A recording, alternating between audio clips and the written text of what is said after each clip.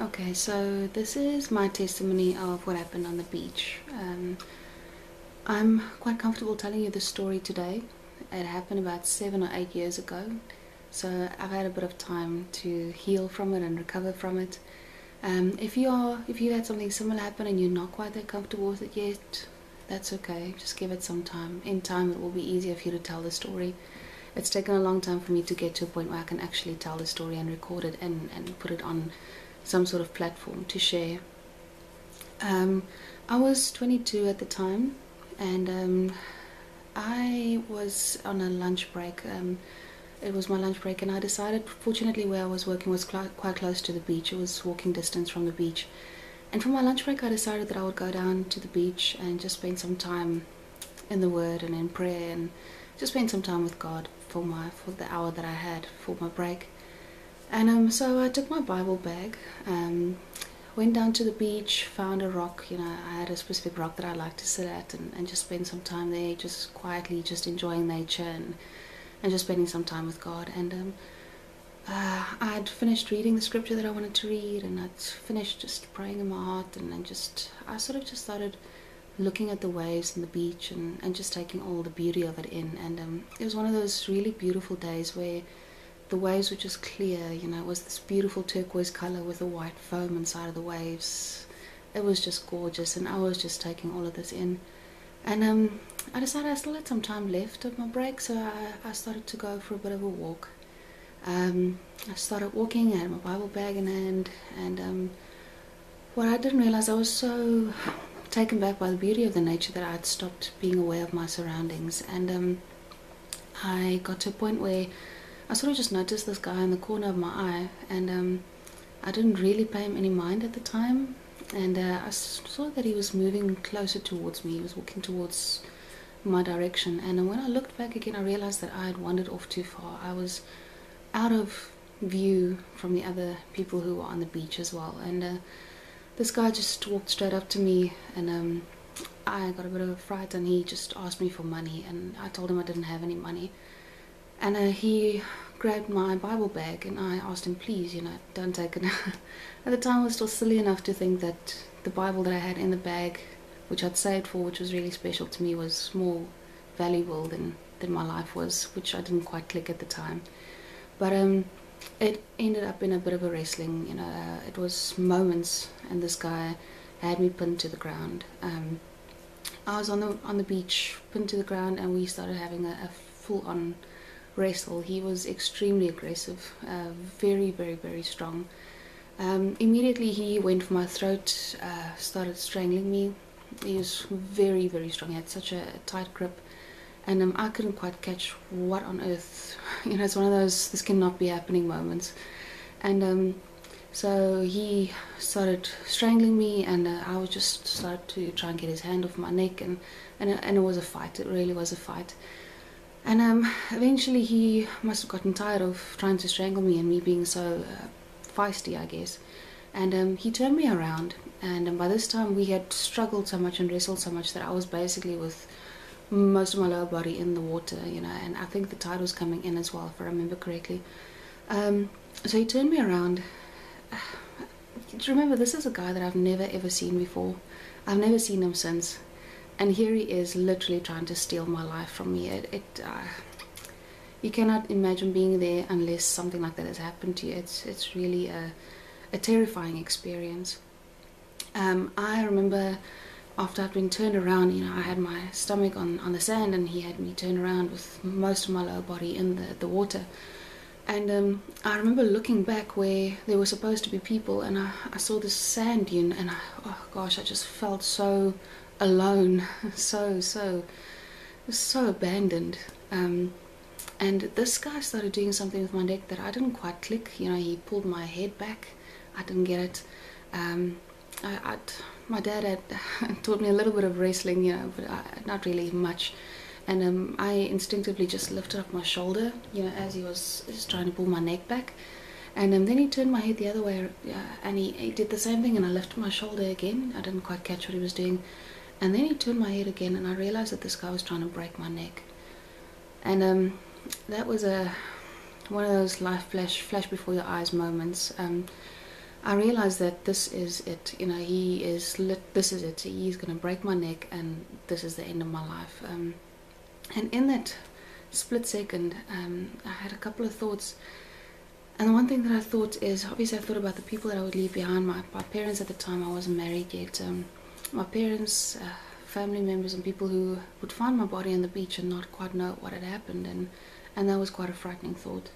And then I realized that I'm gonna go home. I'm gonna go to be with Jesus. And that was, I was filled with so much peace. It was really unbelievable. And then I realized that this fight isn't over yet. And if I'm gonna get a chance to fight, then I'm gonna fight with everything in me. So if I lose, it's fine. I'm going home. But if I don't lose, then I'm gonna fight with every single piece of strength I have in me. And I remember just asking God to help me. I was just, God help me, God help me. And I was really quite struggling a little bit to get air, because obviously I'd been suffocated before that. He was trying to suffocate me, and now this guy's trying to break my neck. And with that third attempt, he put his knee on my shoulder, keeping it down, and he tried to pull my neck back. And it's a miracle that he didn't break it, because he was very, very strong. That didn't work, and the waves started coming in. I'm not sure if it was from the wrestling, the movement of the wrestling, or if it was that the tide was coming in. I know that the tide was coming in at some point as well. And next moment we were in the water, and I don't remember much.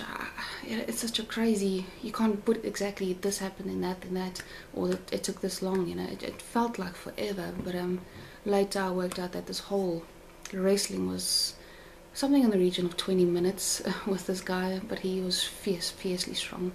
I was also just 22 at the time. I was really not built for any such type of aggressive activity. So we were in the water, and at this point this guy started dunking my head in the water, trying to drown me. And I didn't really know yet. At that point you don't think about every next moment, you just think about that specific moment and survival for that moment. And he somehow, miraculously, the waves pulled back, and I got a breath, and then the wave would come in and he would dunk my head and keep me in the water again. Very aggressive. During the course of this, obviously, as well, I had tried to scream for help. He got angry, he started beating me, he started hitting me. I had blood and sand and all kinds of stuff all over my face. So not a pretty sight at all. He really was quite aggressive in his use of his fists as well. So at this point we were in the water. I had the water and the blood and stuff dripping from my eye, where he had hit me with a stick at one point above my eye. And as the wave pulled back, the wave came in again, and he forced my head under the water, and I couldn't breathe. Fortunately, I just got a breath before that, and he had my head under the water. And oh gosh, I was so frustrated. I was so scared. And somewhere in the wrestling, I don't know how, but we got a little bit out of the wrestling. But he tried to drown me about 3 times. I had my head forced under the water flat out, and miraculously the wave would pull back. And somewhere during the course of the struggle and the wrestle and the stuff, my upper body got back onto the sand and out of the water. And he then turned me around again, and he had his hands on my neck all over again, and he was trying to strangle me. And at this point I realized that I was getting very tired, and this guy was still very strong, and I knew that only one of us was going to win. So obviously I think it was just God that gave me a bit of savvy at the time. And I realized that I wasn't strong enough. I could keep fighting, but I wasn't strong enough to beat him, so I had to stop fighting. And I think God gave me the idea to play dead, or pretend that he had defeated me. And so during the course of the struggle, him trying to strangle me, my legs started moving less and less, and my arms started moving less and less, until eventually I just lay there. And I tried to just keep my chest still so that he wouldn't see that I was trying to get some air. The longest couple of moments of my life. But he got up, he picked up the Bible bag, which he had really started wrestling me for anyway, picked up the Bible bag and he walked away. I think he must have thought that it was probably a handbag, so I think he got a bit of a surprise when he opened it. But I was lying there on the beach and I was really just praying that this guy wouldn't see that my chest was still moving, because I was so desperate for air. And during the course of all of this, he'd obviously tried to steal my being able to breathe, mostly. And I was really, really desperate for air. My lungs were going crazy. And so I was lying there in the corner of my eye, the eye that wasn't swollen shut. I saw him walking away, and I was just keeping still so that he was far away for him not to see me moving. And then I got up and I just jolted for the side of the beach where, you know, people were supposed to be. It was crazy. When I got onto that section of the beach, there was nobody. Before that, there were people, there were dogs, but after, when I got there screaming for help, there was nobody on the beach. Fortunately, I got to the parking area and there were a couple of cars, and that's where a young guy and a young girl came to attend to me. And it wasn't long after that that the police were notified, and I think an ambulance was phoned for as well. So from there I was obviously transferred to hospital, had some stitches and that sort of thing. So that is the testimony of how I survived a very unexpected and very brutal attack. But I've learned a lot since then. After that, it was very difficult. I was fearful, extremely fearful, and obviously terrified that this guy would come back, or that he might have realized that he didn't succeed and that maybe I survived, and he would have maybe wanted to come finish me off. And I had a lot of nightmares along those lines. So it was a very, very, very trying time for me, a very scary time, very emotional time.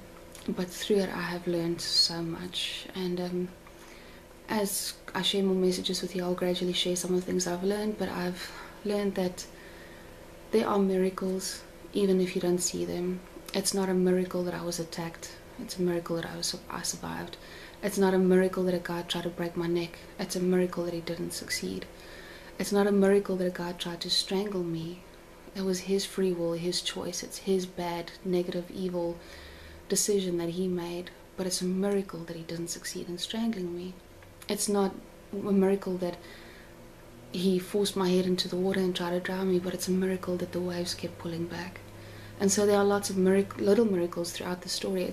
There's nothing wonderful about something this scary and this vicious happening to you, but when you get to a point to really look back and be clear, you know, after you've gone through a process of healing from it, and after you've had some time to process all of it, you get to a point where you can look back and you can see the hand of God in every single little thing that you didn't see at the time. And so that's really the point of my testimony, is God was there even though I felt so alone and so forsaken. I would not be here today if God had not been there for me that day. So I really think that that was a huge turning point in my life as far as my relationship with God is concerned, because that is where I learned that doesn't matter what the situation is, doesn't matter if I look at a sand dune and feel completely abandoned, God will still be there. Not the way that I expected. Maybe I may have expected some angel or somebody to run onto the beach and find this guy and help me, but there was nobody. It was a fight I had to fight alone, but God still pulled me through it. And that is my testimony. Thank you for listening.